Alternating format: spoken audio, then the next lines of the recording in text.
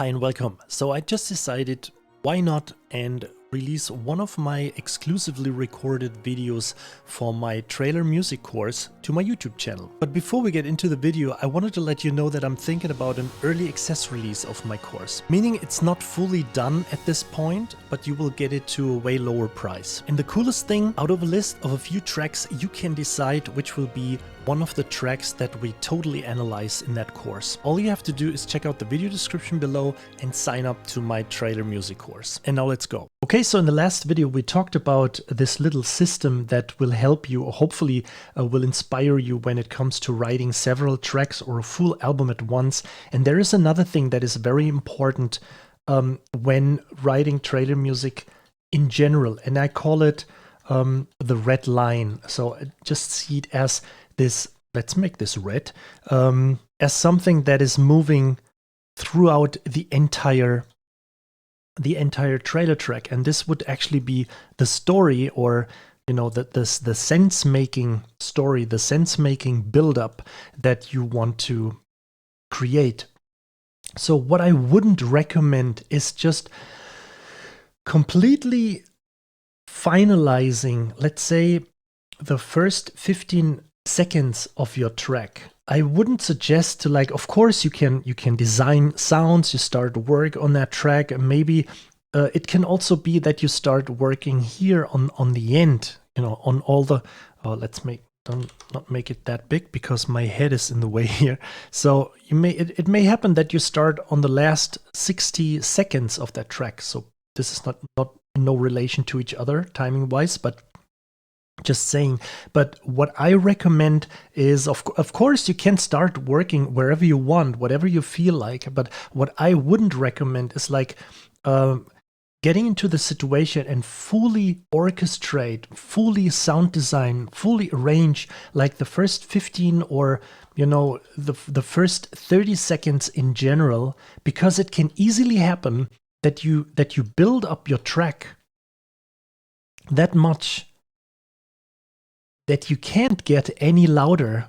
Assuming this would be the 0 dB here, you know, the 0 dB limit also of your meter, of your stereo bus. Suddenly you find yourself that eventually, just it can happen. It doesn't mean that it has to or that it will happen. It can happen that you build your track that much that you can't get any higher than to this point. You already have like full blasting choirs, percussions, you know, the full orchestra is playing, everything is like loud as hell.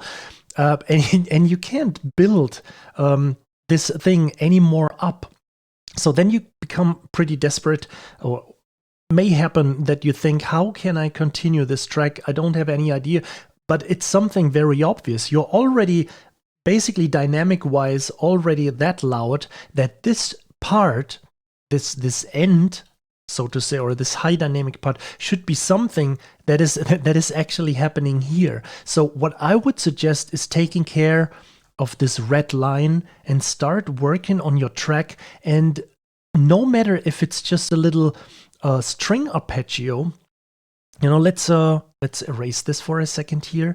So let's talk about the individual the individual elements here. So for example, maybe you have just a strings arpeggio worked out at the very beginning. It doesn't matter if it's just ongoing for like a 30 seconds or something. Then you start building the middle part, and you know that you just want to have some specific percussion pattern, maybe that builds on the string part, whatever.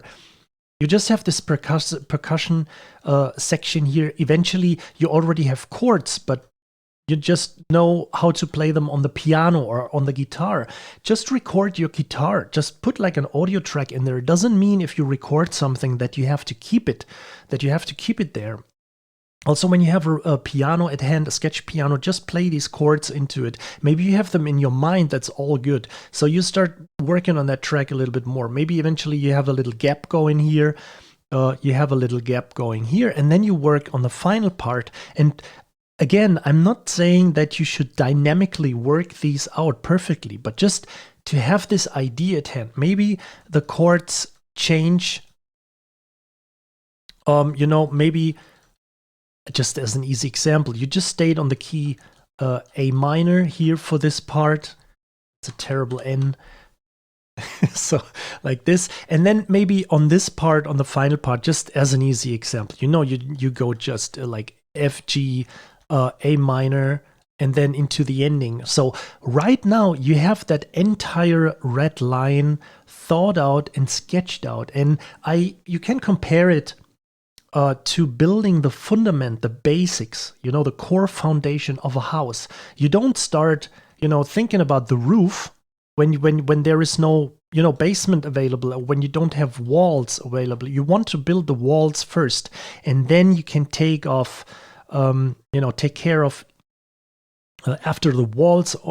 When the foundation has been created, then you can build the walls, then you can build the roof. You don't want to think about what to put in the shelf in the kitchen when there is not even like the first hole has been digged or dug, or however you say it, to build your house. So this pretty much helps to build this correct dynamic towards the end, and to have like this story sketched out from the beginning till the end. And then it's pretty easy, because the rest of the arrangement work will be just literally just filling up these parts, and make that entire track work. Okay, so I hope you enjoyed this video. Like it, subscribe to my channel. Have a great day, and see you in my next video.